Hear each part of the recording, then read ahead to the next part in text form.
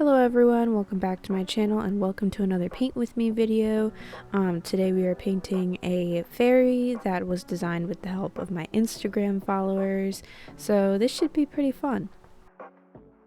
We are interrupting this regularly scheduled program to tell you to go check out my Etsy shop. Since fairies have overtaken my sketchbook and my life, my shop has become the ultimate fairy lover's dream. With products ranging from stickers, pins, and prints to original paintings, I've got it all.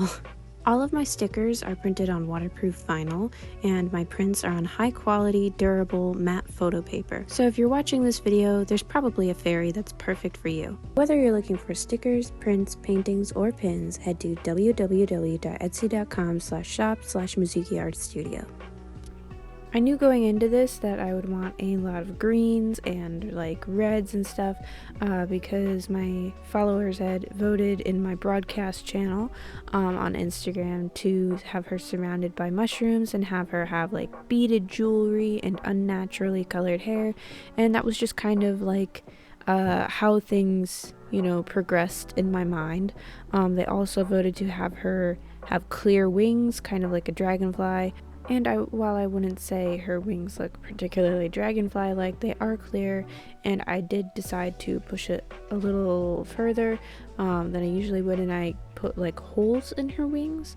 Obviously not like a dragonfly thing, and really it just gives her a unique wing style just because I feel like I've been painting a lot of clear wings lately.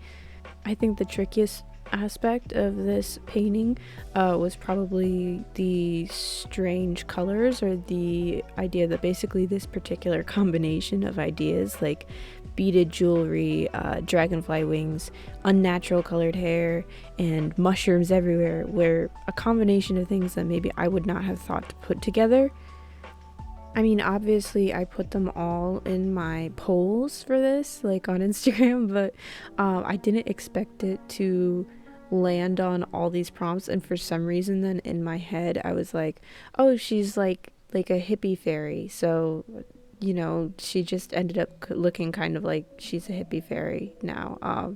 I think it's because the mushrooms reminded me of that like indie aesthetic or whatever that was popular on like TikTok like years ago, like I think it was 2020. And then the beaded jewelry made me think of like sea glass jewelry, or like eclectic jewelry that, you know, a lot of grandmas wear.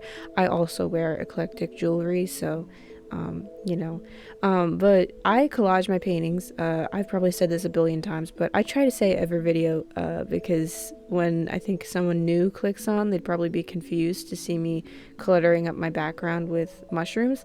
But I'm gonna cut all of these little guys out and glue them around this fairy on a different background.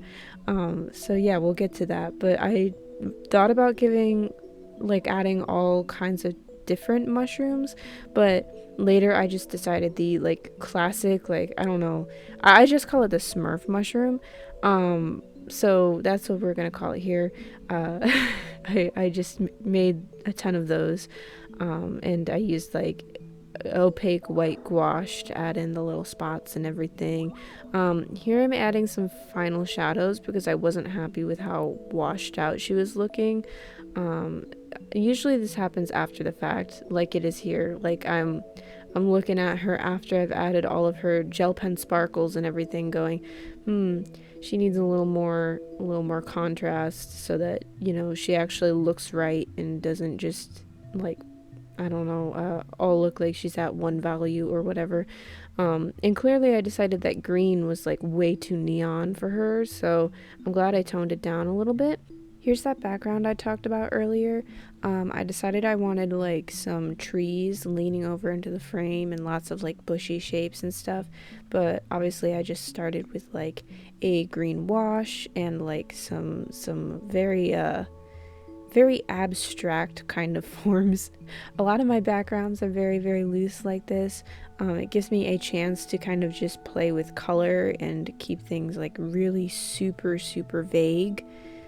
Because obviously, I mean, I love line art, and I use it on my characters, but I do not love drawing backgrounds like a lot. But when I paint them like this, like super loose, super stylized, I feel like I get the chance to enjoy designing an environment for my characters.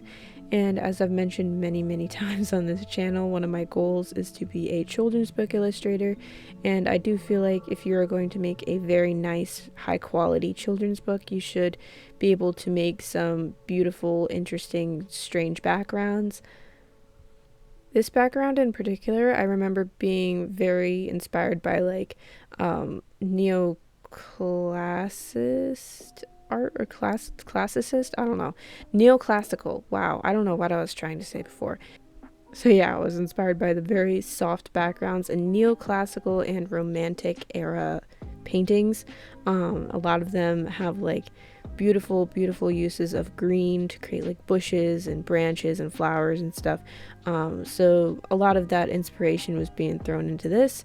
And here I take the same safety scissors I've had since I was 12 years old and my X-Acto knife that clearly needed a new blade at this point, and cut out all of my pieces, and I arranged all my little mushrooms kind of in a ring around this fairy.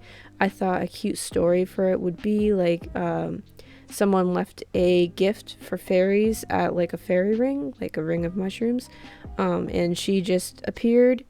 Whenever I'm putting together these kinds of collages, I have to keep my plans very loose because I don't like measure things out, so fitting them together kind of means I have to be flexible with the composition of my paintings. Like it might change very quickly based on one piece or another just not fitting quite right.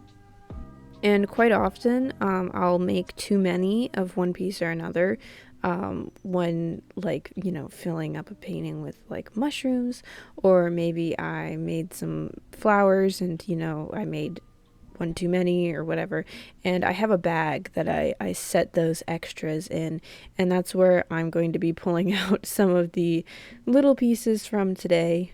I pulled out a couple seashells, like a little cake and a teacup, and now I'm applying some glitter now that everything's glued down. I love this glitter glue. I bought it at Michael's like a year and a half ago. I almost can't believe there was a time in my life where I didn't add glitter to all of my paintings. It's pretty crazy because now I just take a palette knife and like one of these glitter glue mixes and sometimes some like regular glitter, and I cover the whole thing. It's amazing. It's like, I say this about every step, but it's my favorite part of the process. I love it. I love the whole thing. I love adding glitter. I love the sparkle. It's great. And finally, this fairy is complete. She's ready for her photo shoot, ready to be seen and appreciated by all. Hopefully, all those who participated in this little community activity over on my Instagram enjoyed, and hopefully they're all happy with the results. I hope I get to do something like this again soon. Anyways, let me know what you think of this fairy, and if you want me to do more paint with me's that are a little shorter like this one. Normally I try to show you as much of the process as I can, but maybe this shorter format works better for you guys. I love talking to you guys in the comments, so feedback is always welcome. But real quick before I go, I want to give a quick thank you to my Ko-fi supporters, Ashley, Savvy, and Tiffany. Your guys' support means the world to me and allows me to keep making videos just like this one. If you would like to join my Ko-fi page, there will be a link in the description box below for all these benefits and so much more. Thank you guys once again, and thank you so much for watching. I'll catch you guys next time. Bye!